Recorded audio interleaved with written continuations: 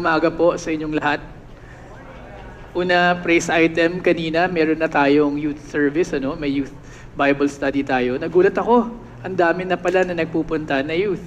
Tapos, syempre, our children also. I also want to praise God for the entire singing, the entire program that we had today, because it really primed all of us for what we will be talking about. For those who just attended for the first time, yung ating mga guests, welcome. But also, do know na meron tayong sermon series tungkol sa Christmas. Dahil ang sermon series natin is mga do not be afraid of Christmas. Kasi bago mag-joy to the world, there were several do not be afraid messages muna na sinabi ng Panginoon bago dumating si Christ. And makaka-relate tayo because yung mga kinakatakutan ng mga kinausap ni God, yung mga same things na kinakatakutan ninyo at kinakatakutan ko today. Gaya ng faithfulness at obedience. Do not be afraid ang message niya kay Joseph to follow me. Baka isipin mo, napakasimple naman ng obedience. Obviously, you have to not be afraid to do that. Pag sinulat ni Lord, nasulat sa Bible, pag ikanalulugod ng Diyos, natural dapat mong gawin. Pero listen, alam mo that obedience is scary. Bakit? Because obedience threatens your social standing. In the family, in church, in your village, in community associations, in your work. Okay lang sana yun if you don't need community. But the problem is, neurologically, psychologically, and even spiritually, you are wired to find community. Thus, obedience becomes scary. Because obedience risks a primal need for community. Lumilit ang mundo mo, the more you obey. It's very ironic, di ba? Dapat nga, Lord, I obey na nga, Hana, you continue to bless me. Pero, why is it? Have you ever noticed that? Why is it that, lalo na sa Pilipinas, reputation natin, it's currency. Wala kang magagawa. No, isang maling desisyon lang, isang maling post, isang maling kwento ng chismosa sa kanto, chismosa sa pamilya, o kung saan man sa church, and suddenly, iba na ang tingin ng tao sa'yo. At hindi lang individual ang natatamaan, kunyari, iba na ang tingin ng tao sa'yo, iba na rin ang tingin ng tao sa pamilya mo. At pag, in the bigger sense, pag may nangyari sa'yo sa opisina, iba na rin ang tingin nila sa church mo, sa pananampalataya mo, konektado lahat. Tapos, I don't know if you can relate with me, pero to protect us and to protect our children, we say things like this din. O, ayusin mo ugali mo, nakakahiya sa kapitbahay, baka pagchismisan tayo. O, isip-isipin mo bago magdesisyon, mapapahiya kasi tayo. Huwag mong mapapahiya yung tatay mo kahit anong mangyari, leader siya. And so on and so forth, Pag ganyan, yung internal script yan na kumakain sa puso natin. At ang nangyayari, dapat lagi akong okay para hindi ako maging dahilan ng kahihiyan sa pamilya o sa church. Internal script number 2, hindi ako pwedeng magkamali, mapapahiya pamilya ko. Mas mabuti pang sundin ko sila kaysa masabi nilang wala akong utang na loob. Kung malalaman lang nila ang totoo, hindi nila ako tatanggapin. Kailangan kong protektahan ang image ko, image ng family ko, kasi yan lang ang meron kami. Dignidad na nga lang ang meron kami, ipamimigay ko pa. And without noticing it, our Filipino worldview, nagiging ganun. Save ourselves from shame.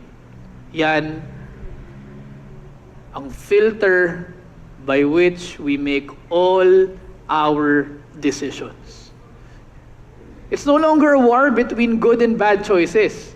It's a war between what will make me less embarrassed or not. Interesting, hindi ba?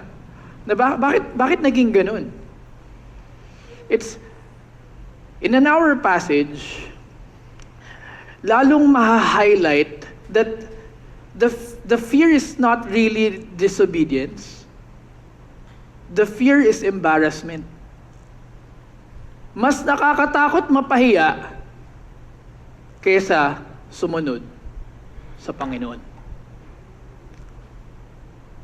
This is the world where you live in. Hindi lang emosyon ng hiya. It is a social survival code. It's so powerful, it can make you do anything. It's our culture, it's in our educational system, pinapahiya tayo. Lalo na yung public school system na dumating nung early, we were colonized nung mga Americans. Ang nangyari noon, they really created a team of teachers that would teach you to not think about community, not think about family, not think about, but just be productive. Bakit? Para gustuin mong pumunta ng ibang bansa at maging trabahador nila. Kaya lahat tayo may internal script na dapat makapunta tayo ng ibang bansa. Bakit? Because yun ang gustong ipagawa nila sa atin. Ang pinasok nila sa utak nyo, nakakahiya maging Pilipino, maging ibang bayan ka, maging ibang tao ka. It's how our parents taught us to live. It's how you protect your child too. And it's how we survive. Avoid hiya. And yun ang problema. Because if you follow God, mapapahiya ka. Kaya ang hirap ng obedience.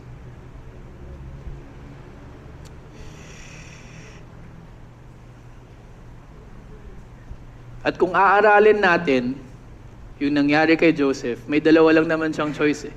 Sundin ko si Lord at mapapahiya ako, or hindi ko susundin si Lord and I will be able to save my reputation, my righteous image. My goal, and the sermon's goal, the word's goal, is for you to choose number one. And for you to understand how to choose number one, there are 3 questions we will go through. There will be a what, there will be a why, and there will be a how. Una, what insights does the passage offer about obedience? Intindihin natin yung pinapa-obey talaga kay Joseph and reflect on that. Secondly, why do you often fear it? Let's understand the reasons or yung anong going on sa mundo ni Joseph, kung bakit nakakatakot talaga to.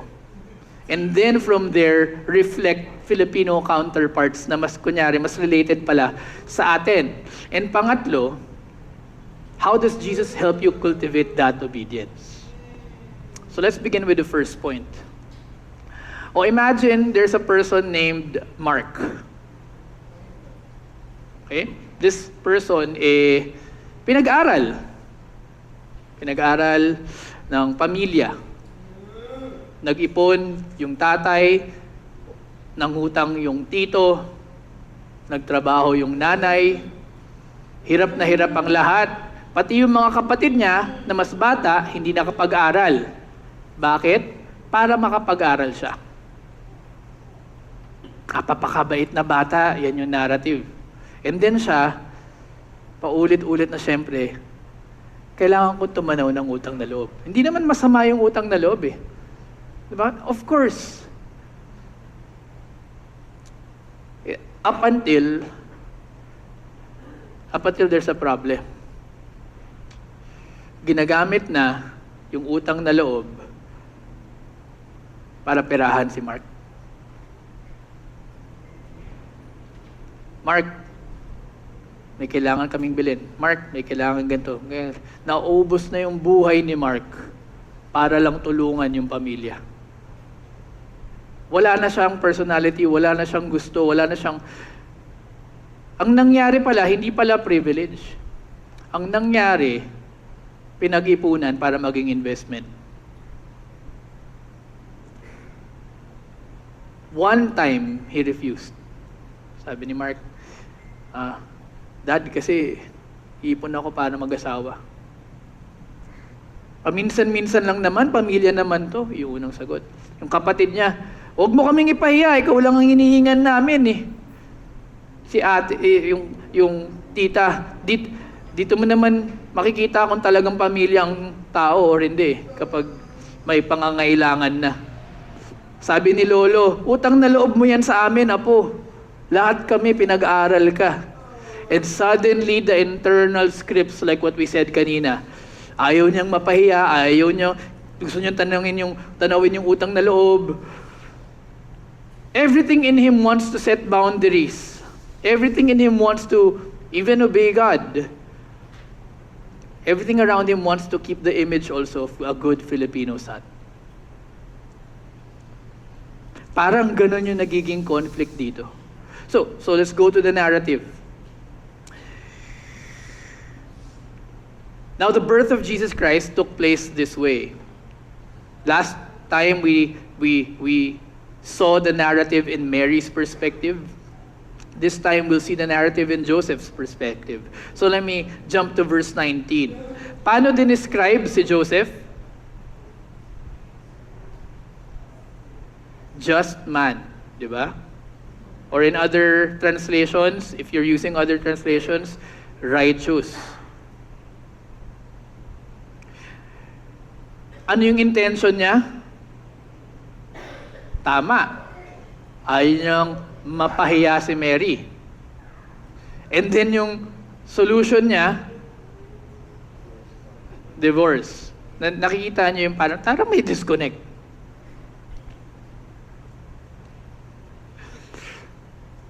But because of the shame in the narrative, nakakahiya for him. Kasi just, hindi naman, that word, righteousness, it's covenant faithfulness. It's also, can be seen as reputation. And dahil nga sa heart niya, ayokong masira rin yung reputation ng, fiancé ko, divorce na lang, quietly pa.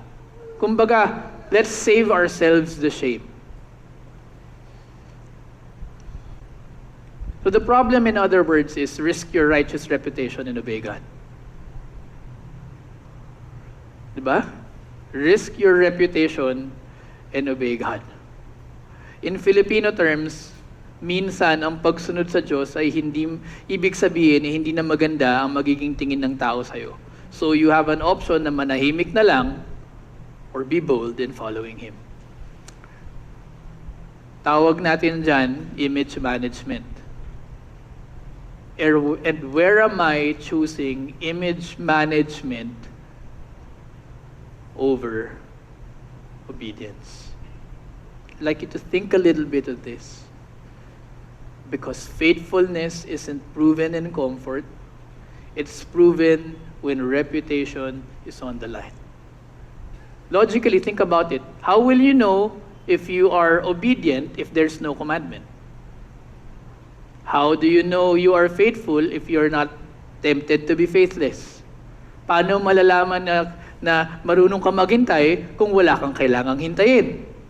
You will never know faithfulness to God if you are not placed in a position to have to risk your standing or the very currency we Filipinos live by, which is shame, if you're willing to risk that for Him. Ang tunay na faithfulness hindi nasusukat sa tahimik na buhay, sa komportable at masayang buhay, hindi sa mga desisyong pwedeng ikahiya ng pamilya, pero nasusukat siya sa ganong karaming desisyon ang ginawa ng pamilyang to at the risk of shame for the glory of God.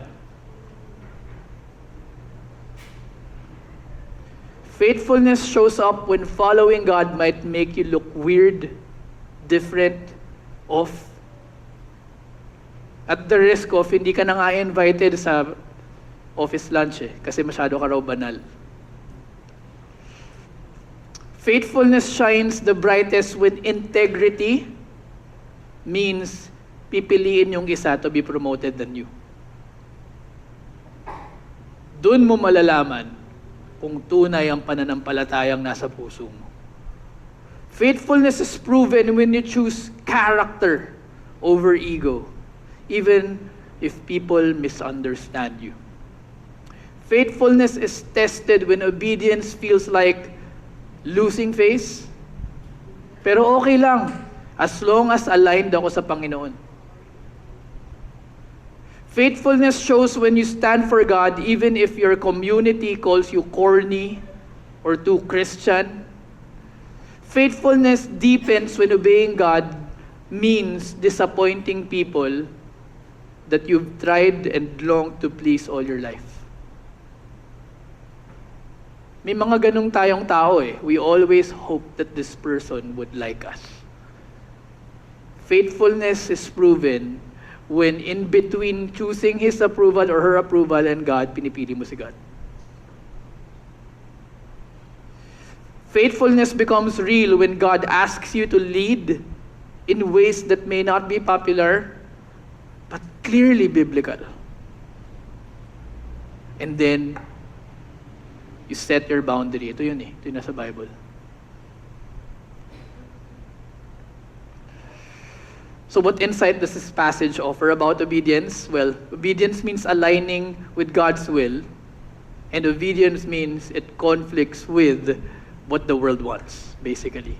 You would only know you're obedient when following is the hardest thing to do. What makes obedience scary then? As hinted, it is at the cost of your reputation. Pero at least that's what Joseph experienced. But if you take a deeper dive sa experience ni Joseph and understand their community, you would realize how very frightening it can be, but also familiar. O kunyari, there's this family gathering, kinakabahan ka, Christmas na eh. Bakit? Kasi, kultura ng pamilya na magtulungan. Alam to ni Jacob, ganito na lagi. But this year was different. Yung pinsan ni Jacob, pangalan Ben, o mga fake names lang to Baka akala nyo may Jacob at Ben dito Si Kuya Ben, signatory siya sa government. May posisyon. Okay? Ngayon, yung pamilya may negosyo. Family business. Si Jacob, part siya ng negosyo. Lapit si Kuya Ben, sabi sa akin ni Mama, pirma ka na lang dito, tapos na yung problema natin. Joseph, Christian, Jacob. Jacob, Christian, naniniwala, leader na sa church, nagsusong lead, tinitrain para maging pastor or elder. Pagsilip, naku po, false receipts, inflated numbers. Sabi ni Kuya Ben, okay na yan, pirma mo lang. Di naman lahat naman ginagawa yan. We hear that, di ba? Makisama ka naman. Alam niyang masakit eh. Paano ko ba sasabihin to? Mga Christians, hindi po may pirma sa ganyan. Paano ko ba i-deliver to? Pushes the envelope back. Kuya, hindi po ganyan ang galawang ko. Pasensya na. Mali. Nakita nila lahat. Binalik. Tahimik. Nawala yung Christmas spirit. Tita Ophelia, bago ulit. Narinig niya dun siya sa director level. Alam mo yung anak mo, yung Jacob na yan, sabi niya, simula nagpakabanal-banal, wala nang pakisama. Ang arte, Bible study, verse. Nagbago na. Tapos, di na siya ino-offeran ng pagkain, cold na lahat sa kanya, Nasira yung party dahil sa kanya. Kahit yung mga apo na, ano nangyari? Si Tito na ruined the mood naman. And then hirit si Lolo, wala, nalimutan niya saan siya nanggaling. Ang taas-taas na ng tingin niya sa sarili niya. Grabe, no? All because you refuse to sign. Strained relationship, hindi na siya, bumuo na ng bagong group chat na wala siya. Yun na yung ano ngayon ultimate ngayon the ultimate friendship over. Group chat kayo ng 10, bumuo ng group chat na 9 na lang. Tapos, hindi ka na kinakausap. But see, hindi siya nagiging maarte, hindi siya nagiging banal. He was trying to be right in God's eyes. Diba? Yun yung nakikita natin ngayon But if nandun ka sa pwestong yun, ay grabe ang hirap. And you have to understand yung resolve to divorce her quietly. Bakit? Because in a Jewish di nga lang Jewish nalagyan pa ng Greek culture, marriage is legitimacy. So, marriage also means you belong to a community. Actually, later na in life that marriage becomes love. It had always been a transaction of communal acceptance. Marriage also is supposed to be strategic for economic stability. Kaya importante kung kaninong pamilya. Marriage talks about inheritance rights. Marriage talks about, more importantly, access to the synagogue. A bad marriage, no access to the synagogue. Imaginein mo yun, hindi ka pwede mag-worship. Relational risks, economic risks, religious risks. Yun yung sinasabi sa kanyang, fear not. Nakigets nyo, huwag kang matakot dyan. Sabi ni Angel sa kanya. Fear not the mockery, the relational, economic, religious risks, the discrimination that could happen. Because the Holy Spirit is the one working here. In a sense, nagigets mo, di ba? Kasi ganyan rin, similar rin yung mga kinakatakutan natin Bago mag-Christmas gathering, may magpapahiya sa atin, may magchichismis sa atin, pag-uusapan yung relasyon ng anak mo, yung nangyaring deal sa negosyo, yung mga pinost mo, yung mga parang one regard excited tayo, another regard parang natatakot tayo. See, every gathering is a risk of mawalan ng something. Lalo na pag nag-usapang mana na.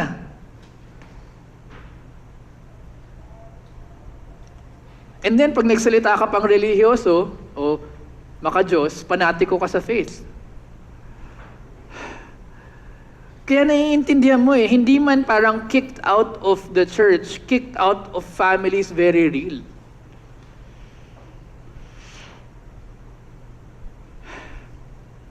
Naiintindihan mo rin yung sinasabi ni God kay Joseph through angel na, fear not, akong bahala sa'yo, anak. Ako ang nag-orchestrate nitong lahat. Fear not, sabi ni God. Question. What social consequences do I try to avoid more than disobeying God? Ano bang kinakatakutan mo? Hiya, chismis, pakikisama, delikadesa, utang na loob, to be kicked out of family or friends, to be no longer part of the cool group or the lunch group in the office. Anong kinakatakutan mo? Also, connected to this, pwede bang mag-repent rin tayo sa shaming? Kasi minsan tayo mismo ang nagpapahiya, tayo mismo ang nangchichismis, tayo mismo ang nagmamanipulate ng tao na makisama, tayo mismo ang nagfo-force ng utang na loob, tayo ang nagki-kick out immediately. Ang eager natin mag-judge even as Christians. Siguro ganyan yung mga magulang niyan, kaya yung naging ganyan. If Bible study yan nung bata, o shinare agad yung gospel early age, or baka nag-give up agad si mami niyan, yung daddy niya. Naku, leader pa naman sa church. Yung mga anak, iba yung lifestyle, may ka-live-in pa, ganito, ganyan, hindi na dinadala. Tapos, alam niyo kung bakit hindi dinadala? Dahil ganyan kayo magsalita. Natatakot sila pag-usapan ka sila dito.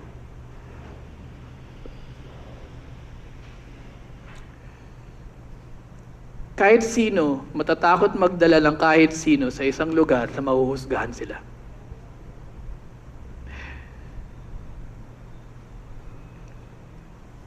When obedience feels frightening, remember this. The God who calls you is the God who will carry you.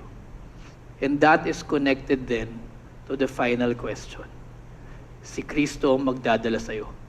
Pero paano yun? Ano yung ibig sabihin ng God will carry me? Kasi when we say that, di ba, napaka-metaphorical. Si Lord bahala sa akin. Ano ba ibig sabihin nun?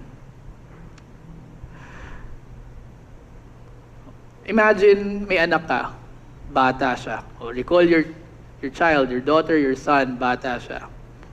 And then, nagkasisihan sa klase. Sinabi, yung anak mo raw yung nagnakaw.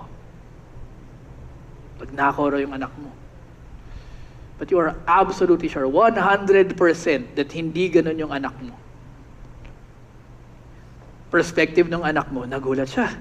Ha? Ako? She felt dirty. Helpless, walang naniniwala. Alone. And lahat na ginawa niya, mataas na yung grades niya, good girl na ako. Tapos itong one lie, one chismis lang in this classroom, sira lahat. Alam mo yung iniisip niya, hindi nga sira lahat sa school eh. Sira lahat sa family. Pangit na yung tingin sa akin ng mom and dad ko. So she panicked. And in the panic, dumating pa yung tatay kasi tinawagan eh. But yung ginawa ng tatay, walked straight to her. Put his hands on her shoulder, kissed her, said loudly to everyone, kilala ko anak ko. She will never do this. Anak, halika. Uwi ka na muna today. Her father did not just defend her. Her father did not just even save her or rescue her. Her father was with her through the trial. At yun yung ibig sabihin ng word na Jesus at word na Emmanuel na pinagsama sa sinabi ng anghel kay Joseph. Jesus means God saves, basically. He steps in, He defends, He rescues. God saves. Emmanuel means God is with us. Nakalagay pa nga doon. No? Ibig sabihin, He not only does the saving, He enters the room we fear. He stands beside us. Alam niyo yun eh, yung pakiramdam, parang kayo rin yung bata eh. Alam niyo yung pakiramdam na kunyari, first time niyo somewhere. O kunyari, first time niyo sa isang church. Or first time, ako naalala ko yung first time ko sa anything, I always feel some sort of insecurity. But the encouragement na hindi naman ako pala nag-iisa. Kasama ko pala ang Diyos. Nung umakyat ako, kunyari, umakyat ka sa isang lugar, sa entablado, na-award ka, pero wala yung ganun, walang tao, walang applause, hindi totoo na nag-iisa ka. Nandun si God. And that is how broken, tired, hurting Christians can find courage in obeying Him. The kid in the story with their father, if God saves you, God is with you, sagot kita ang message ng tatay niya sa kanya. Akong bahala, anak. Halika. Where in your life do you most need to remember that you are not alone? That God who saves you is also with you. Where in your parenting journey do you feel overwhelmed and need to remember na, oh, mas mahal nga pala ni God yung anak ko more than me. At kasama ko siya. So I will not fear the uncertainty. Where in your dreams, your disappointments, or identity struggles do you need to remember na hindi malayo si God? Katabi ka niya through it all. In what part of your professional life, your integrity battles, pressure, maybe even professional insecurity, do you need to remember that God stands with you when others misunderstand you or judge you for your ways, for your integrity ways? Where in your heart decisions, staying, leaving, waiting, healing, acceptance, grieving, do you need to remember that God is with you even when others don't see who you really are? Why do you carry silent burdens trying to be strong? And where do you carry that?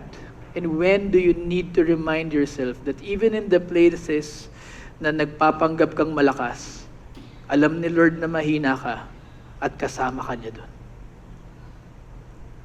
Where in your story, your hurts, expectations, and invisible pressures, do you need to remember na hindi ka nag-iisa at may nagde-defend pa nga sa'yo?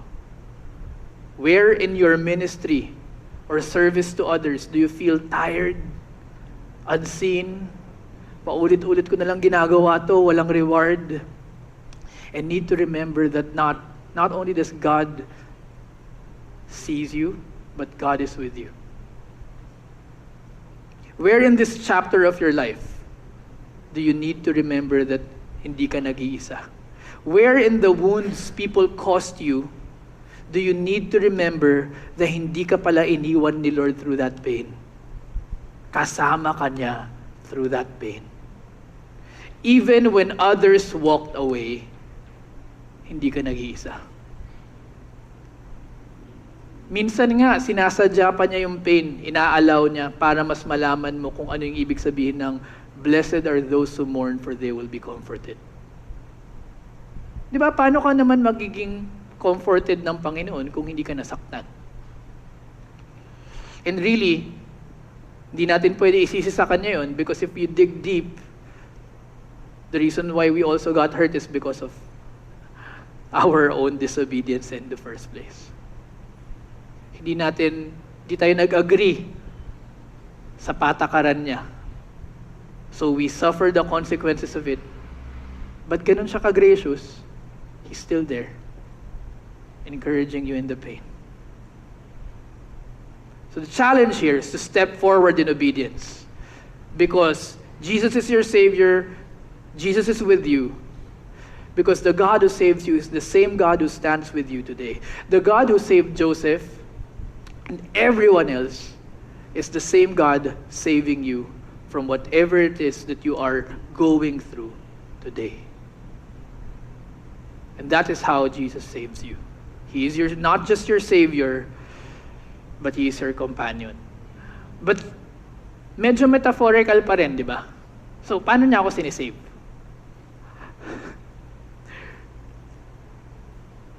Actually, the deeper question is, if Jesus truly is my Savior, if Jesus is a Savior, do you really believe it? That's the deeper question. That's when it becomes less metaphorical and more literal. Naniniwala ka ba talaga na Savior mo si Christ? Because kung naniniwala kang Savior mo si Christ, then kaya mong harapin ang kahihiyan ng following Him. Actually, it's a question for you. Do you really believe that sasaluhin ka ni Christ? Because if you don't jump, hindi mo maiintindihan kung paano ka niya saluhin. Do you believe what Joseph heard? He will save his people, Jesus, and He will be with you, Emmanuel. Do you believe the prophecy that He will carry and He will save? Do you really believe that? If you confess with your mouth that Jesus is Lord and believe in your heart that God raised Him from the dead, you will be saved. Do you really believe that the same power that resurrected Jesus Christ is the same power that will save you from the shame and be with you through it all? Again, because at the end of the day, the question is, do you really believe what Christ said? Because if you believe, He honors your faithfulness. If you take that jump, sasaluhin ka niya. And if you don't believe that, then hindi ka magre-risk. Sarap nga nung sinabi ni Paul there is now no more condemnation in Christ Jesus. Because imagine the difference, di ba? If you believe, the days of living in fear and embarrassment is gone. Fear, embarrassment, condemnation loses its grip on you, loses its grip on your family, loses its grip on you making right decisions. The power of the gospel is to save you from that filter and to be able to do the right thing knowing na sasaluhin ako ni Lord. Earlier we said we grow up in a world where reputation is currency, hiya is a survival code. Have you ever thought of Jesus Christ dying to save you from kahihiyan? And listen, Jesus Christ did not die to boost your reputation. Hindi yun yung reality that I'm talking about. He came to rescue your soul and to promise to be with you and save you kapag winasak nila ang reputasyon mo for doing the right thing. And Jesus is gently telling the wounded, you don't need to perform for me. You don't need to protect your image pag ako ang number one sa puso mo. You don't need to hide your shame, or you don't need to hide from the shaming of others. Salo kita. You can now be faithful to what I task you to do. So kung ano man yung pinapagawa sa'yo ni Lord ng faithfulness, this is a reminder na hindi ka niya pababayaan. Jump! Gawin mo na ang pinapagawa sa'yo ng Lord. Or in other words, believe again. Because if you truly believe, you'll do that. And for those who just simply heard the message of the gospel for the first time, some of you maybe the reason you've been delaying surrender to Christ is because you grew up believing you had to earn love from parents, earn acceptance from the office or the community, earn approval. Pero kay Christ, hindi ganun. He doesn't save the clean even. He cleans the ones He saves. If you're tired of pretending, tired of performing, tired of running your life based on what others say, tired of depending your joy on another person, tired of